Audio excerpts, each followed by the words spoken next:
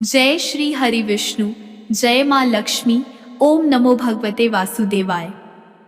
श्री हरि जो श्वेत वस्त्र धारण किए हुए हैं, जिनका वर्ण चंद्रमा के समान गौर वर्ण और शीतल है, जो चतुर्भुज है और जिनका मुखमंडल सदैव प्रसन्न चित्त रहता है, ऐसे भगवान श्री विष्णु का हम ध्यान करते हैं ताकि हमारे जीवन के समस्त विघ्न और बाधाएं शांत हो जाएं। भक्तों, आप सभी को सफला एकादशी व्रत की हार्दिक शुभकामनाएं।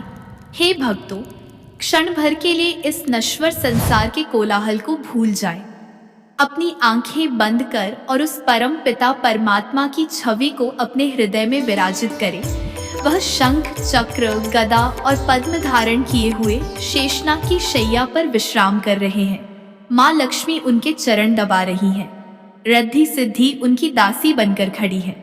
हे प्रभु, हम आपकी अबोध संतान हैं। हम माया के वशीभूत होकर बार बार पाप करते हैं, बार बार आपको भूल जाते हैं, लेकिन आप तो करुणा के सागर हैं। जैसे एक माँ अपने बच्चे के मिट्टी से सने हुए शरीर को देखकर घृणा नहीं करती, बल्कि उसे नहला धुलाकर गोद में उठा लेती है, वैसे ही हे नाथ, आप भी हम पापियों को अपनी कथा रूपी जल से पवित्र कर अपनी शरण में ले लें। आज हम जिस सफला एकादशी की कथा गाने जा रहे हैं, वह केवल शब्दों का समूह नहीं है। यह पाप से पुण्य की, अंधकार से प्रकाश की और मृत्यु से अमरता की यात्रा है। यह कथा एक ऐसे दीपक की तरह है जो अज्ञान की घनी काली रात में भी जलता रहता है। समय द्वापर युग का था। वातावरण में एक अजीब सी शांति और गंभीरता थी। धर्मराज युधिष्ठिर, जो धर्म के साक्षात विग्रह माने जाते थे, भगवान श्री कृष्ण के समीप बैठे थे। उनका मन भविष्य की चिंताओं से घिरा हुआ था। वे देख रहे थे कि आने वाला समय अर्थात कलियुग अत्यंत भीषण होगा। मनुष्य धर्म को भूल जाएगा, पाप बढ़ जाएगा। युधिष्ठिर का हृदय करुणा से भर आया। उन्होंने भगवान के कमलवत चरणों को अपने नैनों के जल से धोते हुए गदगद कंठ से पूछा, हे प्रभु, हे द्वारकाधीश, हे मधुसूदन, आप तो अंतर्यामी हैं। आप चराचर जगत के स्वामी हैं। मेरे मन में एक भारी संशय है, एक गहरी पीड़ा है। मैं देख रहा हूं कि संसार में दुखों का सागर लहरा रहा है। प्राणी अपने कर्मों के जाल में फंसकर तड़प रहे हैं। हे प्रभु, पौष मास के कृष्ण पक्ष में जो एकादशी आती है, उसका महात्म्य क्या है? उसका नाम क्या है? उसके देवता कौन है और उसकी विधि क्या है? हे नाथ, आप मुझे विस्तार से बताइए। संक्षेप में मत कहिएगा, क्योंकि आपकी वाणी से झरते हुए अमृत की एक एक बूंद मेरे लिए जीवनदायी है। मुझे तृप्ति नहीं हो रही, मैं और सुनना चाहता हूँ। भगवान श्री कृष्ण युधिष्ठिर की ऐसी लोक कल्याणकारी भावना देखकर अत्यंत प्रसन्न हुए। उनके मुख पर एक दिव्य मुस्कान खेल गई, जिससे मानो तीनों लोकों का अंधकार मिट गया हो। श्री भगवान बोले, हे कुंती पुत्र, हे धर्मराज, तुम धन्य हो। तुम्हारे प्रश्न में केवल तुम्हारी जिज्ञासा नहीं, बल्कि समस्त मानव जाति का कल्याण छिपा है। तुमने जो पूछा है वह अत्यंत गोपनीय और पवित्र रहस्य है। सावधान होकर एकाग्र चित्त से सुनो। पौष मास के कृष्ण पक्ष की एकादशी को सफला एकादशी कहते हैं। जैसा इसका नाम है, वैसा ही इसका प्रभाव है। सफला का अर्थ है सफल करने वाली।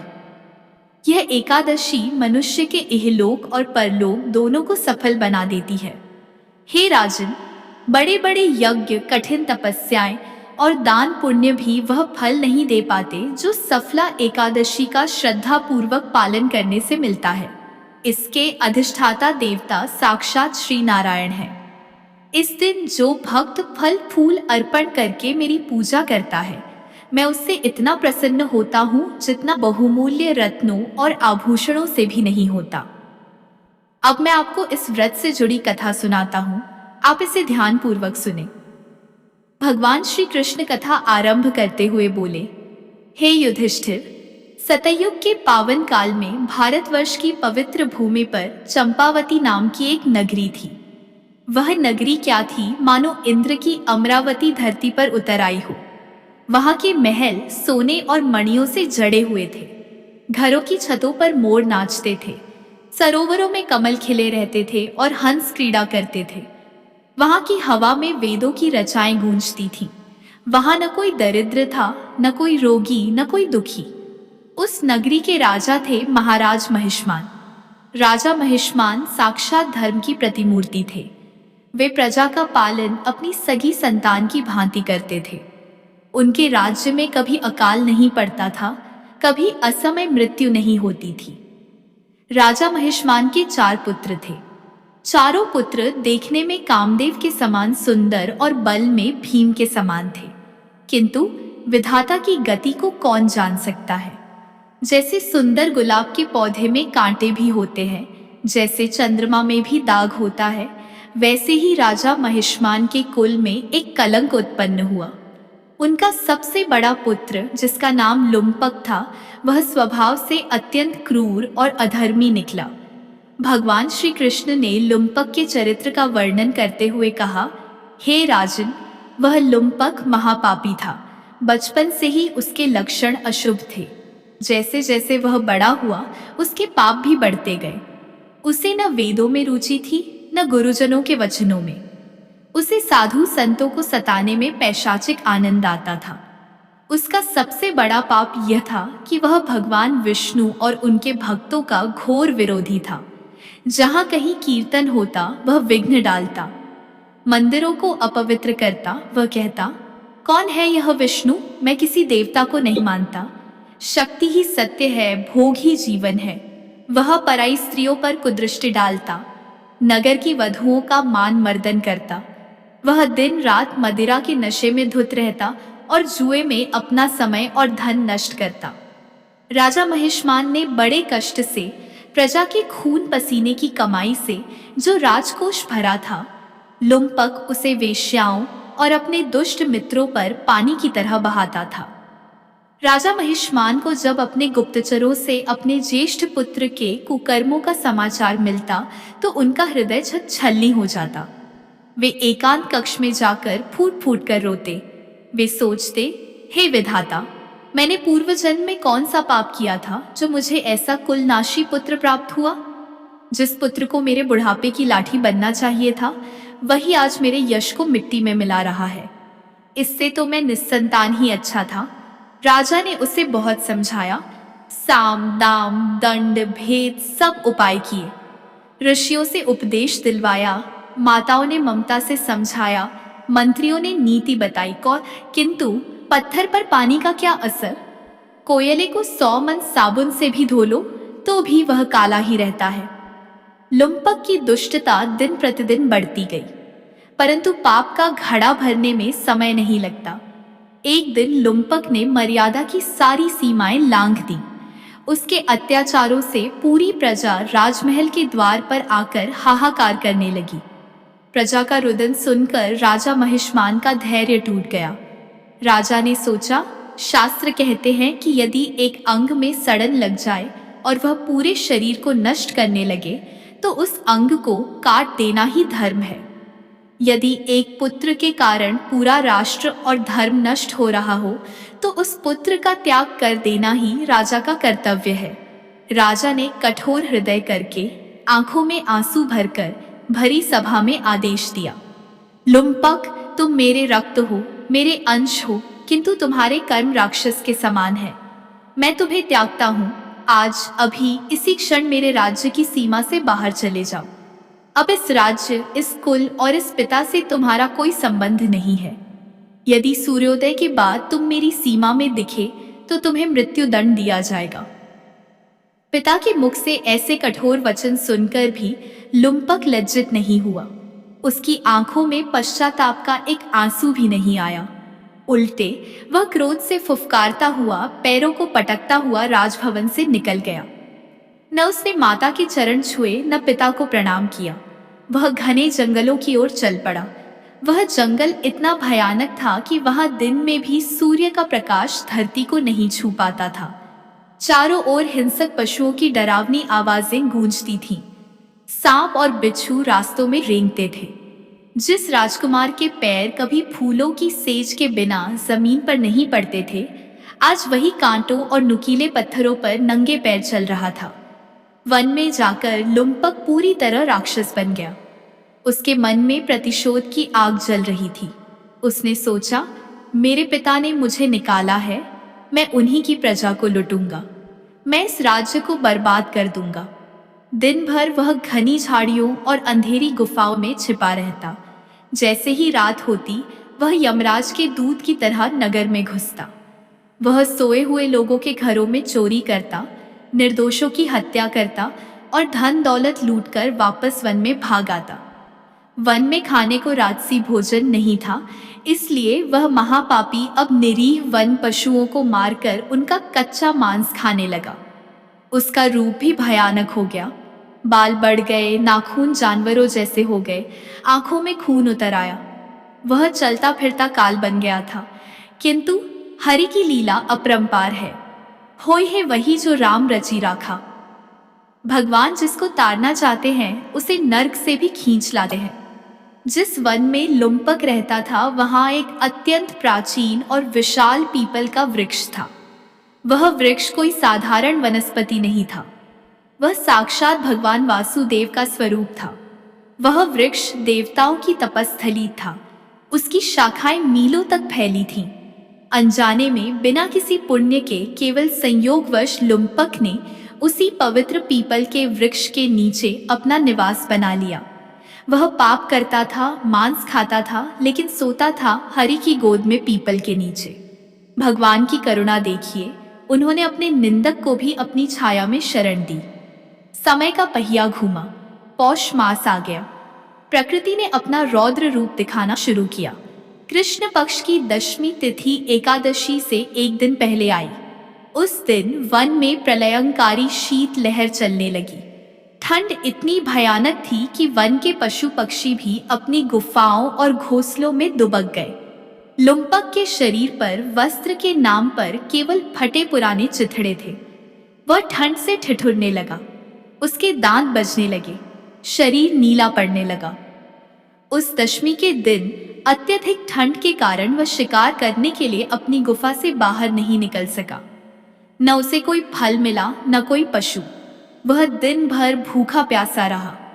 अनजाने में दशमी का उपवास हो गया। रात आई तो ठंड और बढ़ गई। बर्फीली हवाएं शरीर को चीरने लगी। उस पापी को उस रात नींद नहीं आई। वह पूरी रात पीपल की जड़ से चिपककर कांपता रहा, कराहता रहा। इस प्रकार अनजाने में दशमी की रात्रि का जागरण हो गया। अगले दिन सफला एकादशी का सूर्योदय हुआ। लुम्पक अब अधमरा हो चुका था। उसके प्राण कंठ तक आ गए थे। वह मूर्छित अवस्था में पीपल के नीचे पड़ा रहा। दोपहर तक वह अचेत रहा। जब सूर्यदेव आकाश के मध्य में आए और थोड़ी गर्मी धरती पर फैली, तब लुम्पक की चेतना लौटी। होश आने पर उसे भीषण भूख का एहसास हुआ।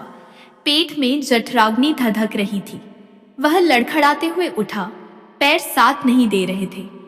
वह गिरता पड़ता वन में भोजन की तलाश में निकला।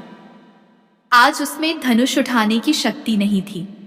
वह किसी जीव की हत्या करने में असमर्थ था। विवश होकर उसने जमीन पर गिरे हुए कुछ जंगली फल, बेर, आंवला आदि अपनी झोली में भर लिए। सूर्यदेव अस्ताचल की ओर जा रहे थे। लालिमा छा रही थी। लुम्पक फलों को लेकर वापस उसी पीपल के वृक्ष के नीचे आया। वह फलों को खाने के लिए बैठा ही था कि एकाएक उसके भीतर कुछ टूटा। यह अहंकार का टूटना था। अचानक उसे अपने अतीत के दृश्य दिखाई देने लगे। माँ का प्यार, पिता का दुलार, राजमहल का सुख और फिर अपने द्वारा किए गए जघन्य अपराध। उसे अपनी वर्तमान दशा पर, अपनी पशु तुल्य जिंदगी पर घोर ग्लानि हुई। उसका हृदय भर आया। भूख मर गई। उसने उन फलों को पीपल की जड़, जो साक्षात विष्णु चरण है, के पास रख दिया। उसकी आंखों से आंसुओं का सैलाब फूट पड़ा। वे आंसू साधारण नहीं थे, वे उसकी आत्मा का मैल धो रहे थे। उसने कांपते हाथों को आकाश की ओर उठाया। उसके मुख से कोई मंत्र नहीं निकला, कोई स्तुति नहीं निकली, बस एक दर्द भरी चीख निकली। हे प्रभु, हे ईश्वर, मैं हार गया। मैं पूरी तरह हार गया। अब और नहीं सहा जाता। ये फल ये फल आपके लिए है। मैं अभागा हूँ, पापी हूँ। आप ही इन्हें स्वीकार करें। मुझ अधम को अपनी शरण में ले लो नाथ, मुझे शांति दो। भक्तों, भगवान तो भावग्राही जनार्दन है। वे मंत्र नहीं देखते, वे हृदय की तड़प देखते हैं। लुम्पक की वह करुण पुकार वैकुंठ तक पहुंच गई। शेष शैया पर लेटे श्री हरि द्रवित हो उठे। उन्होंने सोचा, मेरा यह भक्त भले ही पापी था, किंतु आज इसने अपना सर्वस्व मुझे सौंप दिया है। जो मेरी शरण में आ गया, अब उसका पाप कैसा। उसी क्षण पीपल के वृक्ष से एक दिव्य प्रकाश पुंज निकला और लुम्पक के शरीर में समा गया। एक अद्भुत घटना घटी। उसके जन्म जन्मांतर के पाप, जो पर्वतों से भी भारी थे, वे प्रभु की कृपा अग्नि में जलकर राख हो गए। उसकी बुद्धि, जो तामसिक और हिंसक थी, वह निर्मल और सात्विक हो गई। उसके मन का सारा कोलाहल शांत हो गया। उसे ऐसी शांति का अनुभव हुआ जो उसे जीवन में कभी नहीं मिली थी। वह भगवान के ध्यान में मग्न होकर वहीं सो गया। दशम सोपान, नया सवेरा और राज्याभिषेक। अगली सुबह द्वादशी की पावन बेला थी। पक्षी चहचहा रहे थे। जब लुम्पक ने आंखें खोली तो उसे लगा कि उसका पुनर्जन्म हुआ है। तभी झाड़ियों के बीच से एक अत्यंत दिव्य और तेजस्वी घोड़ा प्रकट हुआ। वह घोड़ा श्वेत वर्ण का था और दिव्य आभूषणों से सजा हुआ था। उसी समय आकाश में दुंदुभी बजी और एक गंभीर आकाशवाणी गूंजी। हे राजकुमार, उठो। भगवान श्री नारायण की असीम कृपा और सफला एकादशी के अनजाने में किए गए व्रत के प्रभाव से तुम्हारे समस्त पाप नष्ट हो चुके हैं। तुम्हारा वनवास समाप्त हुआ। यह दिव्य अश्व तुम्हें लेने आया है। अपने पिता के पास लौट जाओ और धर्मपूर्वक राज्य करो।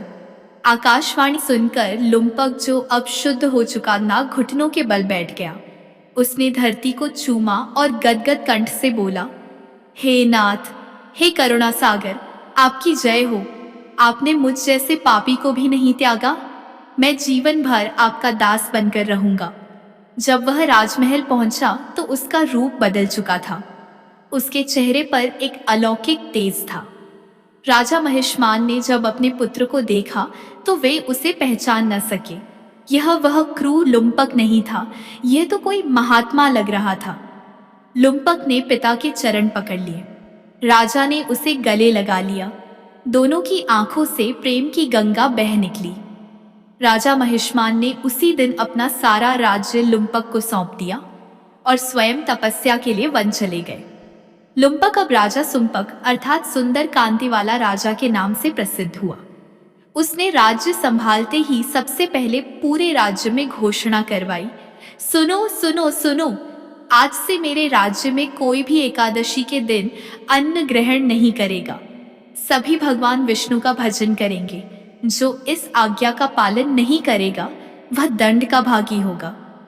उसने शास्त्रों के अनुसार न्याय और धर्म से प्रजा का पालन किया। वह अपनी पत्नी और पुत्रों सहित भगवान का परम भक्त बन गया।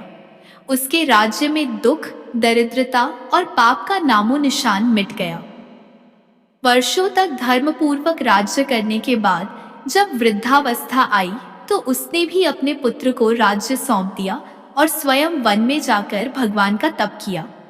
अंत समय में सफला एकादशी के प्रताप से उसे लेने के लिए स्वयं भगवान विष्णु का विमान आया और वह वैकुंठ धाम को प्राप्त हुआ।